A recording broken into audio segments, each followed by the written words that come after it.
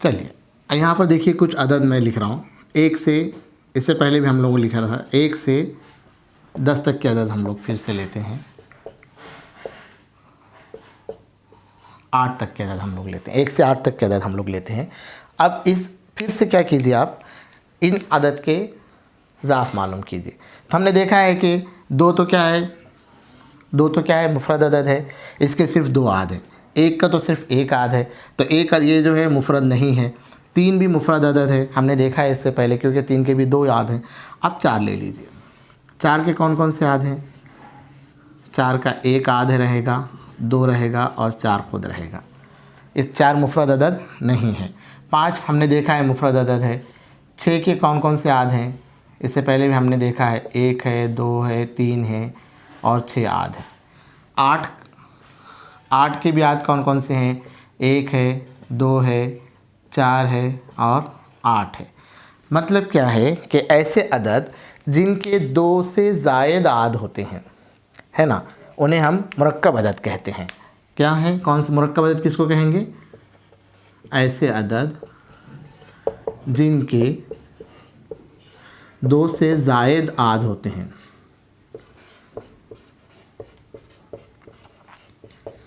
हाँ, आप ज़रा वीडियो रुका कर आप लिख लीजिए, ये अहम बात है इसमें, 2 से ज़ायद आद होना। जैसे अगर 2 के आद लेंगे आप, तो 2 के सिर्फ 2 आद हैं, 1 और 2 है। जबकि 4 के क्या हैं? 1, 2, 4, 3 आद हैं। 6 के 4 आद हैं। 8 के भी देखिए 4 आद हैं। अगर हम 10 लेते हैं, 10 के आद निकालिए आप। 1 तो हर अदद का आद है, 2 है क्या? है।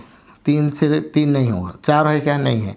5 हो सकता है और 10 एक है। इस तरह से 10 के कितने आद हैं? 4 आद हैं। तो 10 क्या हो गया फिर? मुरक्कब अदद हो गया। ऐसे अदद जिनके 2 से ज़ायद आद होते हैं, उन्हें क्या कहते हैं? मुरक्कब अदद कहते हैं, है ना, मुरक्कब अदद कहते हैं। 9 देख लीजिए आप। 9 के कौन कौन से आद हैं? 1 है। 2 9 को बांट सकते क्या आप? नहीं। 3 हम बांट सकते हैं और 9 के 9 भी दिए जा सकते, यानी 9 भी मुरक्कब अदद है। अगर 1 से 10 के अंदर अगर हम ले लें, तो मुरक्कब अदद कौन कौन से हैं? 4 है, 6 है, 8 है, 9 है और 10 है। ये मुरक्कब अदद हैं 1 से 10 के दरमियान, है ना। 1 था 10 के अंदर इतने क्या हैं? मुरक्कब अदद हैं, 4, 6, 8। ठीक है। अच्छा, सबसे छोटा मुरक्कब अदद कौन सा है? सबसे छोटा मुरक्कब अदद है 4। सबसे छोटा मुरक्कब अदद कौन सा है? 4। सबसे बड़ा मुरक्कब अदद बताया जा सकता है क्या?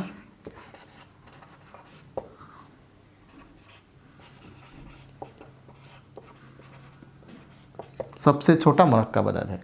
ठीक है। सबसे बड़ा मुरक्कब अदद बताया जा सकता है क्या?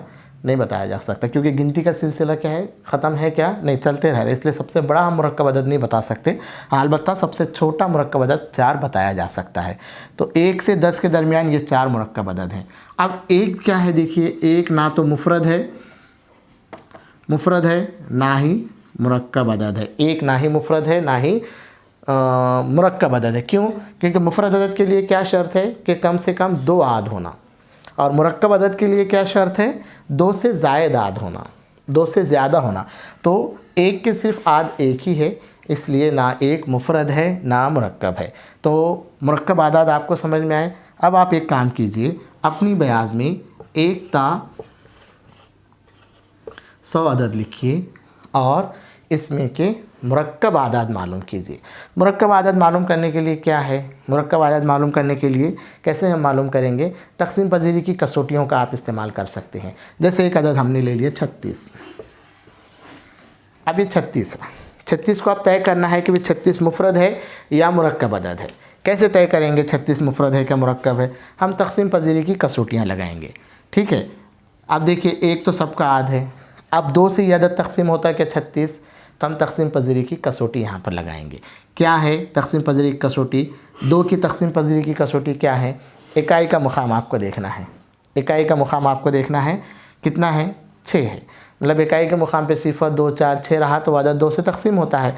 तो 36 2 से तक़सीम होगा, इसका मतलब 2 भी इसका आद है। 3 से देखिए, 6 और 3 9 3 की तज़ाफ़ में आता है, इसका मतलब इसका मतलब 36 3 से भी तकसीम पजीर है। 2 से ज़ायद आद हो गए, ज़्यादा आद मालूम करने की ज़रूरत है क्या आपको?